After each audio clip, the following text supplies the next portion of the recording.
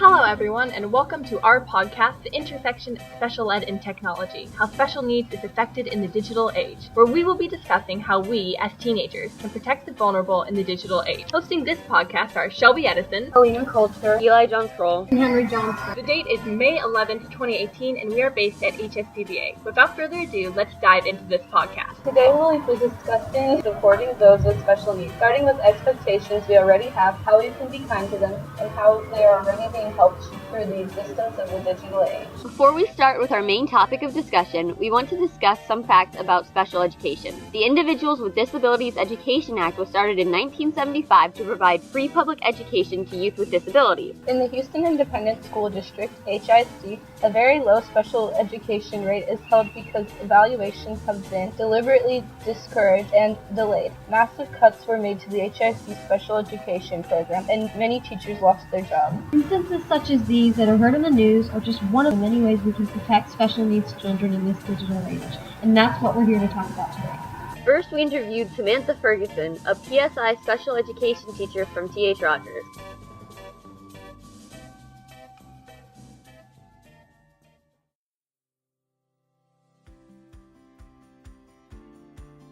First, we were just wondering if you could introduce yourself and give us a short explanation of the program that you work in. All right, my name is Sam Ferguson, and the program I work in is called PSI, Preparing Students for Independence. It's a program for children with multiple impairments, so 2 impairments or more, and the old term is severe and profound. What misconceptions about people with special needs do you want to dispel? That they're not smart. I think you have to find their unique smartness. For instance, one of my students, that he has 5 labels of disabilities, according to the state of Texas. And so some people, when you hear that, you're like, oh my goodness, poor thing, like what does he have going? He just has a lot going on. But yet he finds his own ways to be smart. Like he would play a joke on me. He had a kid remote control that turned on and off and it was battery powered. So it was his and he knew how to turn it on and off, and then he would hand it to me off. And at first I wasn't getting it, and I was like, well, he handed it to me off. And then I see him start smiling and like chuckling. So like, wait, are you playing a joke on me? And then he really laughs and tries to get it back for me. And then he would keep doing this and keep giggling. Like, you got a lot going on up there. You're playing a joke on me. So you just have to find their little show you how smart they are. I had another student who, if you tried to talk to him at all, he would just lay there, like eyes open, and he would look like he's not doing anything. And then you play a song and he could recognize the song, and he's looking for a specific song for you to play, and he could recognize within seconds if you've played it, and they'll like, no, that's not it. So then you play the next one, and you almost see him like listen, and then that's not it, and he keep going until you get the song that he plays. So it's like there's a lot going up there. They just communicate it different. The next question was, how do you observe technology affecting the lives of the kids that you work with?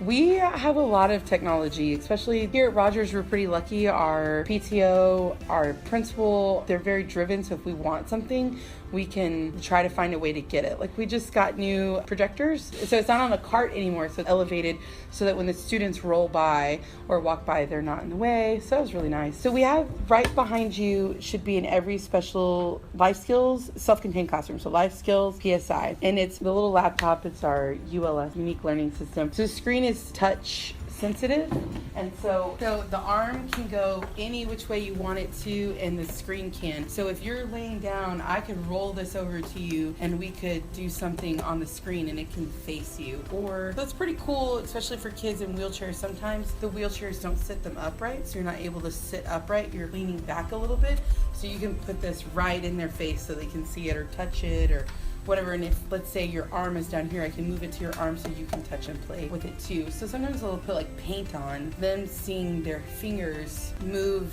or add something on the screen is making solid in their minds that their hands do something. There's a cause and effect. And that's a lot of what we work on is cause and effect. So those are more of our high-tech kind of things. We have some low-tech that we use in the classroom. They're battery operated, and like this one's our morning meeting greeting. And so every day we try to do, where are you? What day is it? What does the weather look like outside? And working on that cause and effect. They hit the button. Morning meeting.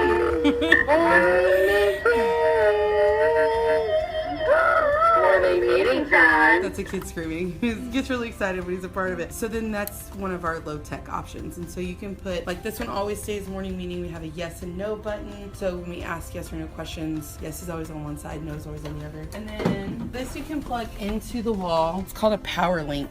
Because we have it plugged into the wall and this plugged into here, we can plug in one of our low-tech switches and then they can turn it on. Yeah, so when I saw this thing, I was like, oh, this is so cool. We hooked it up to an electric ball pump. And so we just put the little needle in and hooked that up, and then they were able to blow their own balls. So a lot of low tech, but we do have some high tech. We're just kind of talking about how has it positively affected them? Like, how do you see them reacting to the tech positively? Technology just keeps growing and keep assisting them better and better and better. And there were some students last year that were working on an app that would go along with them. So there's a lot of apps out there that they usually label them like a preschool level. So they're kind of like K level and under, but they have some that are just cause and effect. So you touch it and the sound appears or the picture changes or whatever. And so that's all that maybe some of our students need. But like a student down the hall, he loves certain sounds on the iPad, so he knows exactly where to go. So it's like he goes and grabs the iPad and it's like shows like that he wants to play.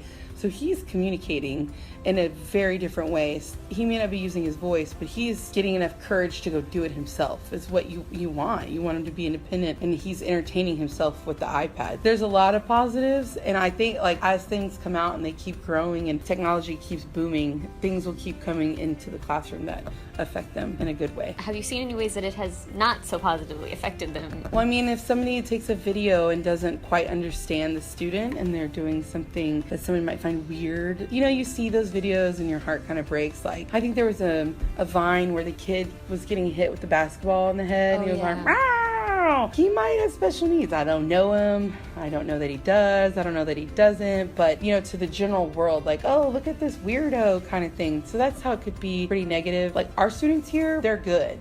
They understand, they know, they've grown up with the other kids here. So they've become protective too. They're not videotaping or being like, oh, they're weird, because there are some stares, but there's no like phone out recording and post it and make fun of it online kind of thing. That's one way it could be negative.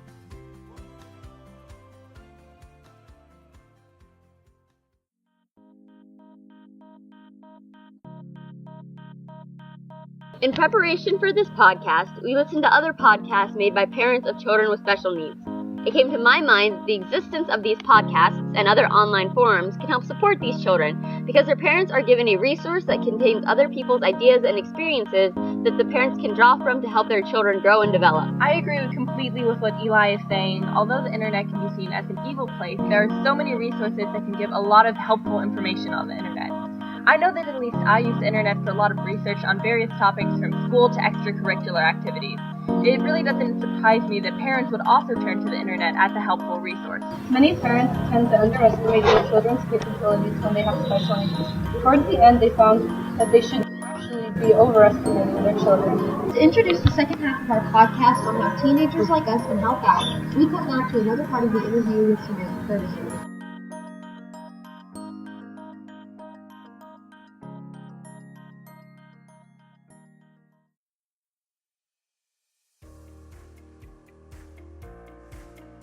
What have you seen able-bodied people do for people with special needs that really inspires you? There's so many so it takes a while to get used to a certain level, and you can't just expect, a kindergartner to come into a classroom with, one of my students is 22 and he's sitting in a wheelchair taller than they are standing. So you can't expect this little kindergartner to immediately want to run up and give him a hug or anything. So we did like an introduction, just come and learn their names. So that way when they're in the hallway, you know how they're saying hello. They may not be saying hello by their voice, but by looking at you, they're saying hello. And so when the little kids, I think we did this when they were in second grade and they're like fourth grade now, and they still, hi Kyle, they remember his name. That's pretty sweet. Camp My Way, just seeing the photos will make you need a tissue sometimes. You're like, oh God, these kids are so amazing with our kids. Sometimes the middle schoolers, if they're walking around and you need help with, you have 2 wheelchairs, they'll ask if you need help. And you're like, oh, thank you. It's really hard to push 2 wheelchairs straight great. I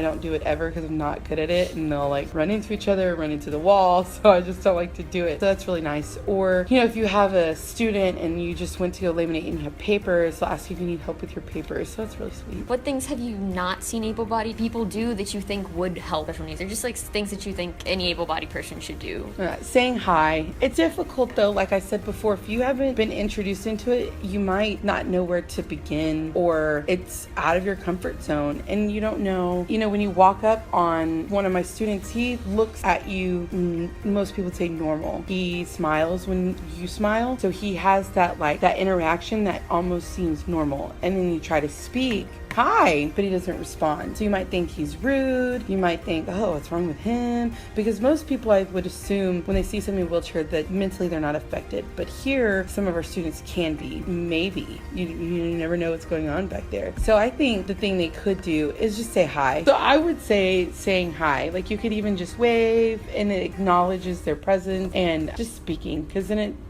you're a polite person, and wow. Thank you. What would you suggest for teenagers who want to help people with special needs? And are there any specific programs that come to mind? Well, Camp My Way. So if it's a camp, it's not an overnight camp, so it's a day camp. And the students here, the general ed students, get to be counselors for the special needs students. I know our kids, they love it. And, there's something about hanging out with other people than just adults. Because sometimes they're hanging out with these students and then adults. And they go home to their parents, and then maybe they have siblings. But if they, then they get to see somebody else talks to them, somebody else loves them, it's really cool. Like I said, saying hi. When a little kid just says hi walking down the hall, you're just like, oh, they're so sweet. If you wanted to get involved, because I know like on other campuses, there's not 10 classrooms of special needs students. There's usually 1 or 2, and they're in the back corner. You can't find them. Like my sister's school, she's like, I don't even know, because I told her, oh, there's a PSI teacher on your campus. I went to a training with them. You should go meet her. She was really nice. She's like, I didn't even know we had PSI. How long have you been at the school? 4 years. So they're kind of out of sight, out of mind thing. But, they probably need help to the bus, just like we do, and they would like a kid to come read to their student. We do constant reading. So I have found a website that will just play books. And so they can click random a book. And so it's their choice. It's not always me reading a book. And so if they get a different voice, like one of my students loves having a book read to them. They love the attention. So they get their one-on-one times. As a PSI teacher, that's what I would love. Random help in the hallway, remembering that I'm there. Because I know some schools do like buddy programs, so that would be cool. Because then you just have somebody else looking out for your student other than just the teacher. And then just anything else you would like to add? It's cool that you think back to what you learned or like what you saw at Rogers, and you get to share it with other people and show other people that. That's pretty cool. Our school's super unique. We don't have any neighborhood students at the school. So your school's the same way at HSPVA. You're selected to go. So all of our students here are selected to go. So it's kind of cool when you go to your side of town, wherever you came from, you get to share that with other people. For all 3 of us and our partner Henry, who couldn't be here, thank you for being part of this. It was really nice talking to you and getting some professional information. And yeah. You're welcome.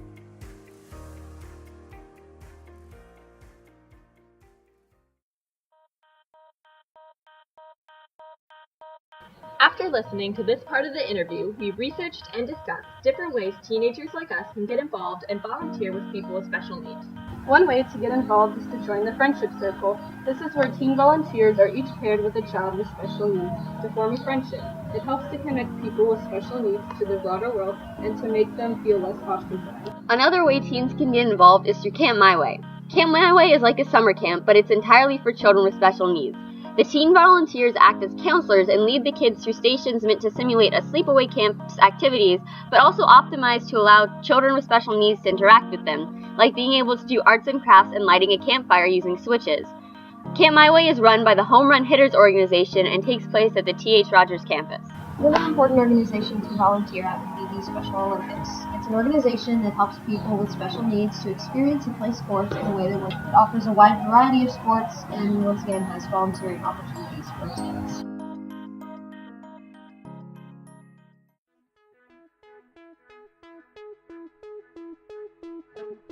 Overall, technology and volunteer work can impact people with special needs in many different ways. The most important thing is to be kind to all and offer support. You can get involved with many of the organizations that we talked about today. Visit us at www.specialedandtech.weebly.com to find more resources. Thank you for tuning in to the intersection of special ed and technology, how special needs is affected by the digital age. This was Henry Johnston, Eli John Scroll, Shelby Edison, And Alina Coulter. We hope you enjoyed our podcast. Special thanks to Samantha Ferguson for giving us an interview and you, our listener, for tuning in. Until next time, have a great day.